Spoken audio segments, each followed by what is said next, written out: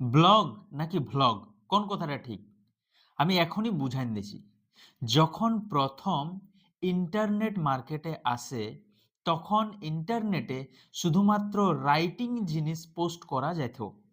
সেই সময় মানুষ নিজের ওপিনিয়ন, নিজের ঘটনা বা নিজের ডেইলি রুটিনকে আপলোড করত রাইটিং ফর্মে।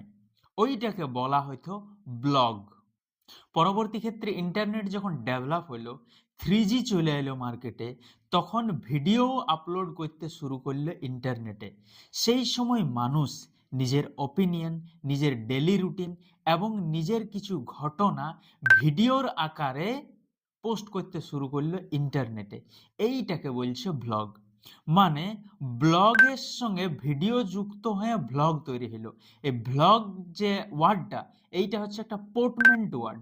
পোর্টমেন্টু ওয়ার্ড মানে হচ্ছে যখন দুটা ওয়ার্ড মিক্স হয়ে একটা ওয়ার্ড তৈরি করে, তখন সেইটাকে পোর্টমেন্টু ওয়ার্ড বলে। এখানে যেমন ভিডিও প্লাস ব্লগ, এই দুটা ওয়ার্ড মিক্স হয়ে তৈরি হলো ব্লগ।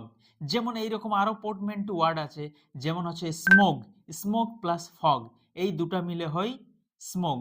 তারপর হচ্ছে মোটেল, মোটর যুক্ত হোটেল, এইটা হচ্ছে মোটেল। তারপরে যেমন আমাদের আছে ইমেল, ইলেকট্রনিক যুক্ত মেল, এই দুটা মিক্স হয়ে আছে ইমেল।